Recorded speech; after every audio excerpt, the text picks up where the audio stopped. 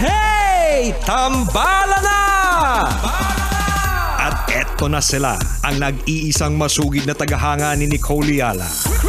Chris Chuper! Kasama ang nag-iisang die-hard fan ni Chris Chuper, Nicole Yala!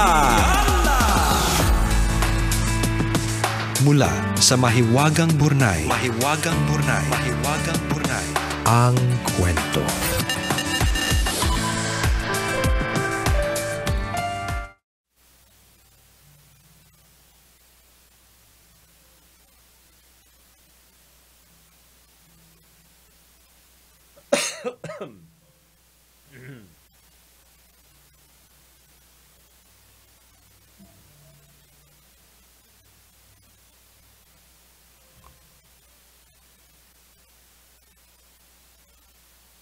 Dear Nicole and Chris,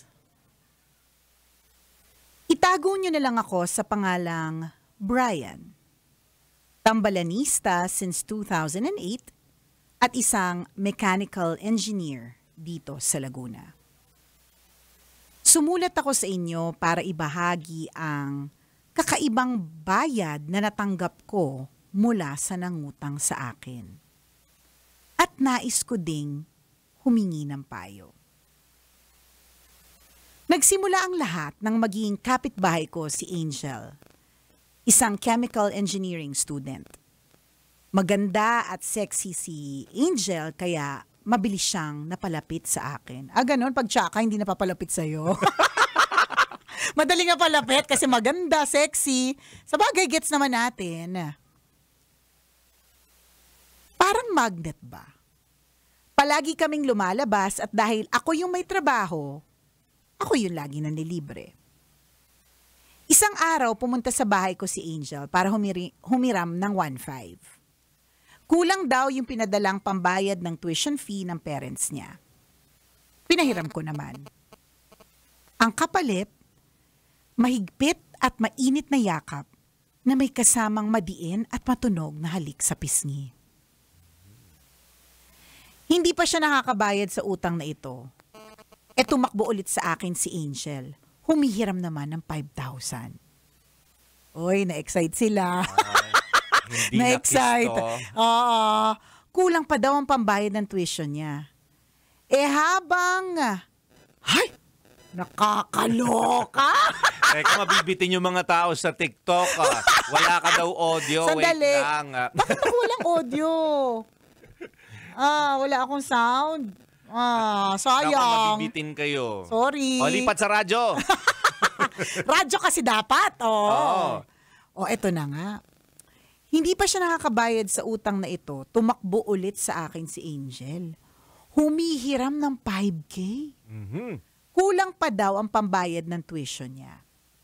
At habang umaagos ang nag-uunahang luha sa kanyang mga mata, kinuha niya ang kanang kamay ko at idinikit sa malusog at umaalog-alog niyang dibdib.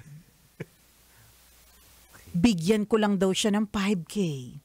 Pwede ko nang gawin ang lahat ng gusto kong gawin sa katawang lupa niya. Hindi ko naman alam kung anong espiritu ang pumasok sa akin pero dali-dali akong dumukot ng 5K sa wallet ko. At nanginginig kong inabot sa mainit niyang mga palad. At dali-dali na namang nagkarambula na. Nagkausap si Junjun at si Kifi. Yan. Magkaibigan pa din kami hanggang ngayon at sa tuwing magigipit siya, alam nyo na ang eksena. Ang tanong ko tambalan, ligawan ko na lang kaya tong si Angel, unti-unti na din naman akong nahuhulog sa kanya.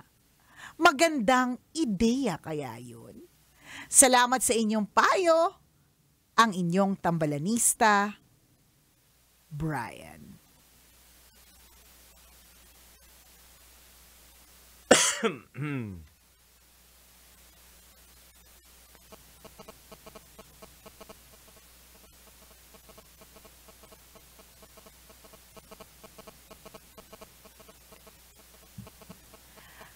Hello, Brian!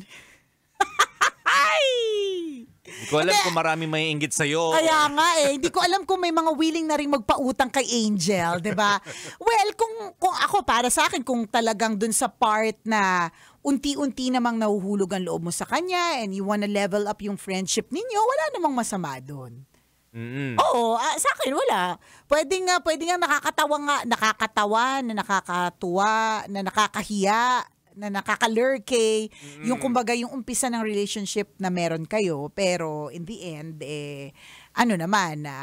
naging kayo talaga, tapos malay mo, in the future, talagang kayo ang destined for each other. Posible. Diba? Iniisip ko lang partner ko, diba, ikasal sila, ano kaya itsura ng yung pag-interview, yung parang, paano kayo nagkakilala, diba? Nagsimula po ang lahat sa utang. Yeah, nagsimula po ang lahat sa 1.5. Ganun.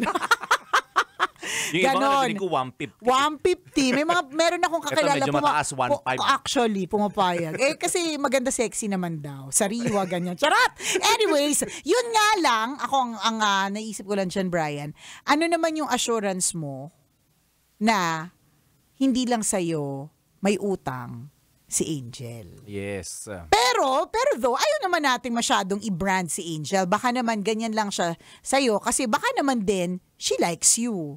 Posible din. Oo, 'di ba? Yung iba. Kaya lang, yun yan. Tapos pag in a relationship na kayo, ganyan. Hindi ko, mahirap medyo parang medyo malabo para sa akin. Pero again, doon lang sa part na unti-unting nahuhulog ang loob mo, tapos you feel that you'd like to level it up. Para sa akin, walang masama. Go. 'Di ba? Para magkaroon na rin din kayo ng ng tamang label. Ganon. Kasi hindi ko malaman kung anong label nyo, utang. Ganun yung label nyo. Mag-ano kayo, diba? Anong label nyo? Mag-ano kayo, diba? Parang, pautang naman. Tapos ikaw naman, alam na agad, diba? Tapos, may bayad, yung ganon, diba? May bayad may kapalit na serbisyo ang utang. Correct, ganon. So parang, utang pa ba yun? O nagpapabayad ka siya o bayaran na ba siya ganon, diba? Pwede din tingnan sa ganung POV. Pwede rin ganon tingnan sa ganung POV. Totoo. Diba? Na nagbabayad ka ng babae, diba? hindi ko mawari ikaw kasi yung nakakakilala ng husto. Correct. Sa ilang buwan na pinagsamahan ninyo. Yes. Diba ikaw yung nakakakita ng ugali niya, ng behavior niya. Well, for some, pwedeng i-level up yung relationship ninyong dalawa. Into something parang deeper. Oo, deeper. Tapos hindi na yung mas maayos na label. Correct, yung maayos na label. Official, kung correct, baga. ganon. Pwede naman. Wala tayong nakikita doon. Siyempre, maging ka lang din. Maging sabi nga natin kanina sa unang tabata. Yes, maging alerto, maging matanglawin, 'di ba? Yes. Na okay, so kung ile-level up ko to at gusto ko siyang maging girlfriend, hindi naman sa gusto mo siyang i-brand, kaya lang yung kung ano yung meron kayo. Ganon siya ano naman assurance mo na sa'yo lang may utang? Correct. At kung may utang man siya sa iba, hindi ganon ang bayad. Yun lang yun lang naman yung sa amin. Kasi in the end, ayaw din naman namin masaktan ka. Correct. Kasi for some, red flag yun. Para sa iba, red flag yun. Na bakit ganyan. So kung ito yung jojowain ko, nakakatakot. Yes. Kung hindi nga kami magjowa, ito na yung hinihingi niya sa akin. Ganito yung deal namin. Ex-deal kung tawagin. Correct. Oo. What more pag naging kami? Baka hindi lang 1.5, baka hindi lang 5,000. Yung attempts na gagawin niya sa akin. Total magjowa naman tayo, penging 50,000. Correct. Mas malakas na yung loob niya ngayon. Pwede. Kasi kayo na.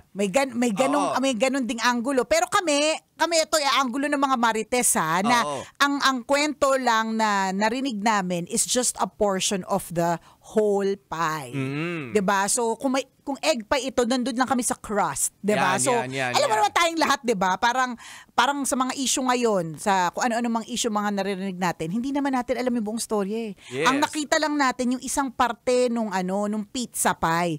Pero ang feeling mo, kilala mo na yung buong restaurant. Correct. Diba? May ganun. So, ganun kami. So, kaya kami may mga ganyang parang POV.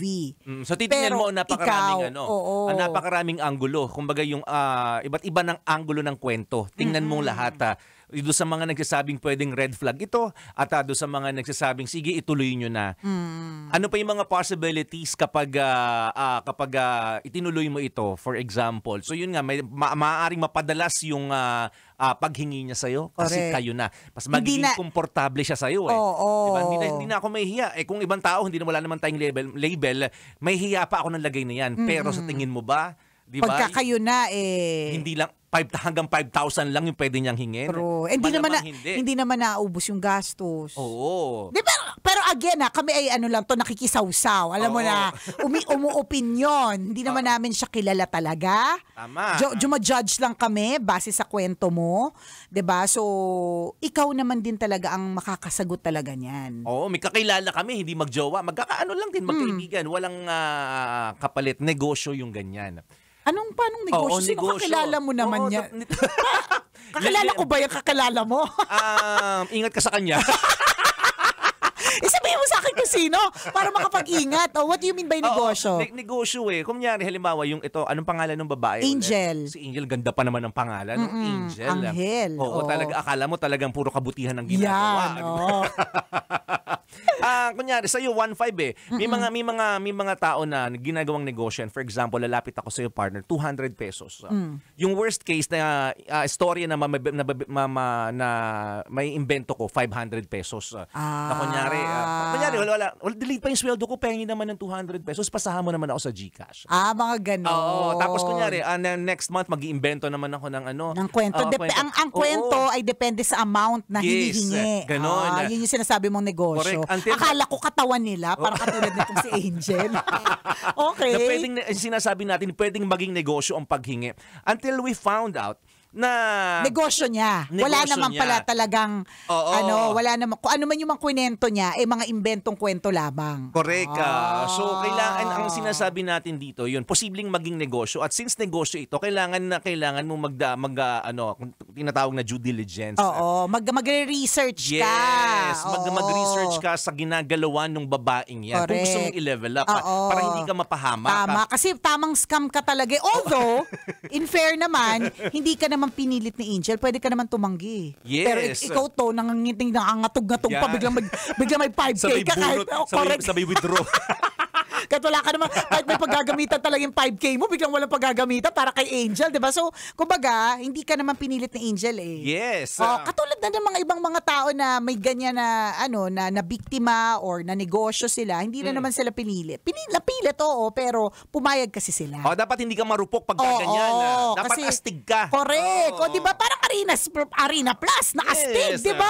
Kumusta naman po ang mga kaastig natin? Ako, panibagong araw na naman para sa mga exciting na ganap sa work, sa bahay, sa kalye o saan ka man naroroon. At mas gawin pa nating exciting at astig na astig ang araw mo gamit ang Arena Plus app. Dahil sa Arena Plus, astig ka sa sports. Ang Arena Plus ang tinanghal na Best Sportsbook Operator for 2024 ng Sigma Asia Awards. Ito talaga ang magpapabago sa paraan mo ng pag-enjoy sa mga paborito mong laro. Ito ang astig sa Arena Plus. Hindi mo na kailangan pang maghanap kung saan-saan ng mga latest scores and results sa mga inaabangan mong laro worldwide. Dahil sa Arena Plus app, kompleto at always updated na kasama sa mga exciting na games ang PBA, NBA, PVL, soccer, basketball, volleyball at marami pang iba, pati boxing. Yes, at pwede mo ring subaybayan ang mga live games ng local at international sports properties sa aming web-based or mobile applications. Gamit lang ang inyong mobile device. All-in-one na, anytime, anywhere pa. Ang Arena Plus, license yan ng Philippine Amusement Gaming Corporation o PAGCOR para masigurado na legal at secure ang gaming environment ng ating mga users. At dahil gusto naming maging astig ka, astig rin ang mga official endorser ng Arena Plus. Kaastig mo ang Pinoy basketball sensation sa mundo ng PBA, syempre si Scottie Thompson. At ang Pinoy pride na umaariba sa mundo ng NBA, ang phenomenal film basketball star na si Jordan Clarkson. Kaya naman gawing astig ang gaming experience mo with the Arena Plus app at sabayan pa ng pakikinig na official jingle na halina sa Arena performed by the one and only Glock 9. Ang Arena Plus ang official sponsor ng PBA, PVL at Gilas Pilipinas. Download Arena Plus app now in the App Store and you can also watch it on arenaplus.ph dahil sa Arena Plus, astig sa sports. Gaming is for 21 years old and above only. keep it fun, game responsibly. And speaking of responsible, 'di ba? Oo. Para sa iyo, kabisyo natin na Brian, maging responsable, alerto, Mag-research. Mag-research ka, 'di ba? Fact-finding. Yan. Hirap sa atin Ang dami na nating nabuong opinion tungkol sa isang tao, hindi naman natin inalam talaga. Tama. 'Di ba? Ano nga ba talaga ang tunay na kwento? Lahat po ng tao may lahat ng issue may tunay na kwento. Sabi nga nila hindi daw two sides of the coin, three sides of the coin, 'di ba? Yes. Yung side mo at yung side niya at yung tunay na side. Yung Correct. tunay at katotohanan. So bago mo i-level up 'yan, doon ka muna Brian sa kilalanin mo muna. Alamin mo muna. Kung level up din lang ang pag-uusapan, walang problema. Mas maganda din naman na may label kayo ni Angel. Thank you for sharing your story with us. Salamat sa pagtutok mga kabisyo. Muli ako po ang kumikinang ina mo na si Nicole Yala. At ako naman si Cambio Ken Cruz Na Chuper. nagpapaalala, walang matatag na relasyon sa malanding na determinasyon. Yun!